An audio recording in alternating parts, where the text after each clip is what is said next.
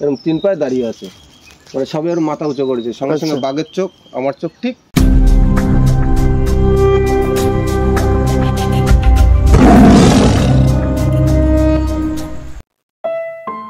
আজ আমরা চলে আসলাম সুন্দরবনের ঝড়খালি গ্রামে অমৃত রায়ের বাড়ি। বেশ কয়েক বছর আগে এই অমৃত রায়ের উপরে Sundarban royal Bengal tiger attack করেছিল। উনি মাছ কাঁকড়া ধরতে গিয়ে সুন্দরবন রয়্যাল বেঙ্গল টাইগারের সম্মুখীন হন এবং সেখান থেকে লড়াই করে জীবন বাঁচিয়ে ফিরে আসেন আমাদের মাঝে। সেই ঘটনাটা আজকের আমরা অমৃত রায়ের মুখ থেকে শুনে নেব। তো আসুন ওনার কাছ থেকে শোনা যাক। আপনার যে এই দুর্ঘটনাটা যেটা ঘটেছে সেটা তোকে কিভাবে ঘটেছে একটু ডিটেলসে আমাদেরকে বলুন। নমস্কার, আমার নাম অমৃত রায়। আমি আমার জীবনের একটা ঘটনা বলছি। ঘটনা হচ্ছে আমি মাছ কাঁকড়া ধরতে যাই। তো মাছ কাঁকড়াটাই আমার হচ্ছে জীবন বাঁচানোর জন্য, আমার সংসার পরিবার আছে তাদের নিয়ে আমি মাছ কাঁকড়া ধরেই আমার জীবন বাঁচাই। যেহেতু লেখাপড়া জানি না, কাজকর্ম আমি ঠিক জানি না ভালো, তো আমার পেশা ছিল ওই মাছ ধরা, কাঁকড়া ধরা। তো আমি সকালবেলা মানে আমরা যাই, আমাদের সঙ্গে আরও 5 জন লোক আছে।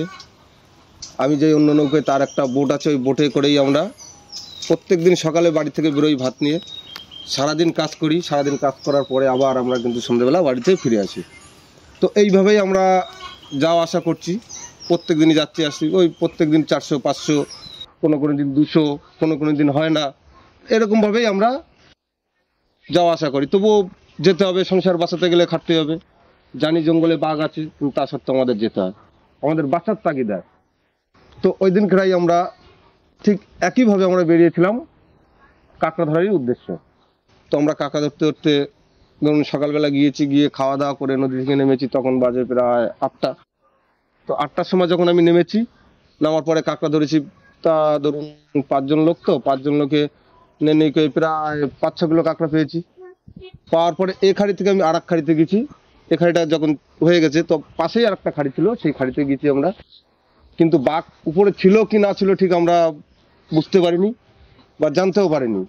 তো আমরা সেইভাবে আর এক খাড়িতে যখন গিয়ে যখন যেতে যেতে যখন খাড়ির আগায় যখন উঠে গেছি আমরা, এরকম ফাঁকা ঢালি আছে, সেই ঢলের পাশে একটা গাছের গোড়ায় কাঁকড়া আছে।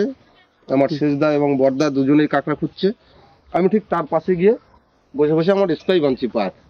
আচ্ছা, কারণ ওই গাছের মুড়ো লাগে, কাটা ফুটে, পাথরটা খুবই ব্যথা করে। আচ্ছা, ওই তো জঙ্গলে যখন ওঠেন তখন আপনারা তো আমাদের পায়ে স্প্রাই পরে যান, স্প্রাই পরা থাকে। আচ্ছা, কারণ অনেকটা সেফটি থাকে পাও। তো সেইভাবেই আমি যাওয়ার পরে আমার স্প্রাইট দড়িটা খুলে গেছে। ঠিক ওদের পাশে বসে আমি স্প্রাইট দড়িটা বাঁধছি। আমার ছাড়া বাঘ ধরুন 8-10 দূর হবে। আচ্ছা, ওখান থেকে একটা হেতাল গাছ আছে, হেতাল গাছের ঝোপ, ঠিক হেতাল গাছের ঝোপের ভিতর দিয়ে বাঘটা এরকম আস্তে করে ঠেলে বেরিয়ে এরকম 3 পায়ে দাঁড়িয়ে আছে, মানে সবে ওর মাথা উঁচু করেছে, সঙ্গে সঙ্গে বাঘের চোখ, আমার চোখ ঠিক মুখোমুখি হয়ে গেছে। তো ওই দেখেই আমি সঙ্গে সঙ্গে আমার বড়দাকে বলছি, বড়দা আমাকে কিন্তু নিয়ে গেল বাঘে। তো ওরাও বলতে না বলতে আমার গা পড়ে কিন্তু বাঘ অলরেডি ঝাঁপ দিয়েছে। ঝাঁপ দিলে আমিও জানি না কিভাবে শুয়ে পড়েছি, নিজে পড়েছি না ওর ধাক্কায় পড়ে গেছি, আমি বলতে পারবো না। যাই হোক শুয়ে গেছি। কামড় আমাকে দিতে পারেনি, আমাকে থাবা মেরেছে, পেটে চিহ্ন আছে, হাতের চিহ্ন আছে। তো থাবাটা আমাকে মেরেছে, কামড়তে পারেনি। সঙ্গে সঙ্গে আমার যারা সাথী ছিল তারা মোটামুটি বাঘের সঙ্গে লড়াই করে আমাকে যে কোনো কায়দায় ওরা বাঁচিয়ে নিয়ে এসছে। তো আমার পাশে একটা, আমার যারা ছিল আমি তাদের ভিতরে একটু শক্ত ছিলাম, মানে ইয়ং ছিলাম, আর সবাই আমার সঙ্গে বুড়ো, মানে বয়স্ক আর কি। আচ্ছা আচ্ছা। তো তাদের কাছ থেকে আমি যখন উঠেছি, আমার ওই বড়দা যখন আমাকে পা দিয়ে ফেলে বের করে দিয়েছে বাঘের পেটের তলা থেকে, এবং বড়দা কিন্তু তার সামনে বসেই লড়াই করছে, তো যন্ত্রণা করছে প্রচন্ড। আচ্ছা, আমার একজন দাদু আছে, তাকে আমি বন্ধু বন্ধু বলেই রাখি, তার কাছ থেকে গামছা নিয়ে আমার এই পেটে 2টো গামছা কিন্তু আমি নিজে নিজেই বেঁধেছি। বাঁধার পরে ওরা বাঘের সঙ্গে লড়াই করছে, আক্রমণ করছে, আমি কিন্তু সাইডে দাঁড়িয়ে আছি। ওই আমার সেই দাদুটাই আমাকে ধরে নিয়ে দাঁড়িয়ে আছে। সঙ্গে আমার এই 2 দাদা মোটামুটি বাঘকে যে কোনো কায়দায় তারা ভাড়া দিয়ে সরাই দিল, দেওয়ার পরে মেটে যাচ্ছি। তো আমার নৌকো ছাড়া আমরা তখন প্রায় 1 কিলোমিটার টেরা রাস্তা হবে, এতটা ভিতরে আমরা, আর নৌকোটা কিন্তু আমাদের বাইরে। আচ্ছা, নৌকোটা তো হ্যাঁ বড় নদীতে আছে, আর আপনারা জঙ্গলের উপরে হচ্ছে, আর আমরা হচ্ছে খাড়িতে। আচ্ছা, আমাদের খাড়ির ভিতরে বসে এই জিনিসটা আমাদের হচ্ছে। তো যখন আমি যাচ্ছি হেঁটে, তখন মোটামুটি আমি মনে হয় মিনিট খানিকের মতো নার্ভাস হয়ে পড়েছিলাম। হঠাৎ গ্যাং ফিরে এসছে যে না, এরা বয়স্ক লোক, আমাকে নেবে কি করে, কারণ আমাকে তুলে নেওয়ার মতন লোকের ভিতরে কেউ নেই যে আমাকে উঁচু করে একটু নিয়ে যাবে।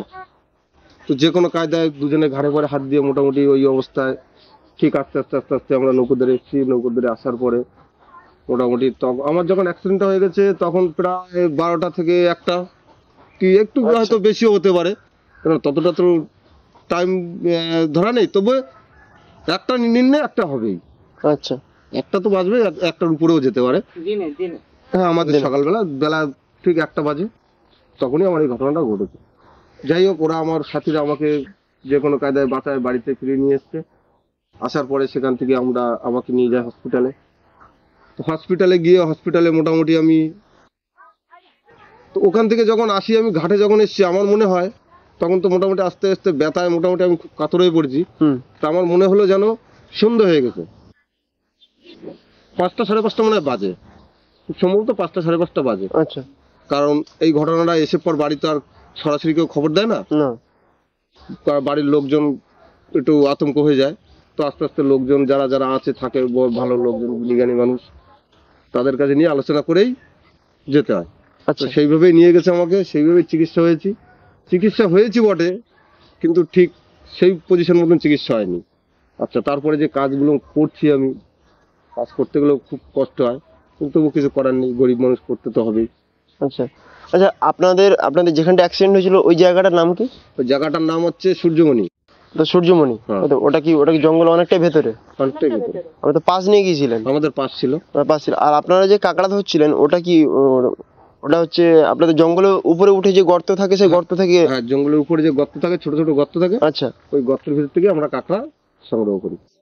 আচ্ছা, এই জিনিসটা তো কত বছর আগে হয়েছে? আজ থেকে প্রায় 7 বছর আগে। আবার যাচ্ছেন জঙ্গলে? না, এখন নদীতে যাচ্ছি না, কারণ না গিয়েও বা উপায় কি, মাঝে মাঝে যেতে হয়। কারণ ইনকামের তো রাস্তা আমাদের এখানে একটাই, জঙ্গল করা। নিজেরও জায়গা জমি নেই, আছে অল্প একটুখানি জায়গা, আমার বাবার বিঘে 1.5 জায়গা আছে, ওই বাবা মা করে। আমরা 2 ভাই, আমরা কি করবো, আমরা ওই লোকের জমি জায়গা যা পারি করি, পিছন বাধা দিয়ে খাই। এখন তাহলে তার সাথে আর কি করছেন? তার সাথে এখন বর্তমানে আমি একটা চ্যানেল খুলেছি। চ্যানেল খুলেছি, কারণ আমার সঙ্গে যে লোকটা আছে আমাকে বাঁচিয়ে নিয়ে এসে, তার নাম হচ্ছে রবিন মিস্ত্রি। তো তাকেও বাঘে আক্রমণ করেছিল, তারও পিছন থেকে বাঘে মাংস নিয়ে এনেছে।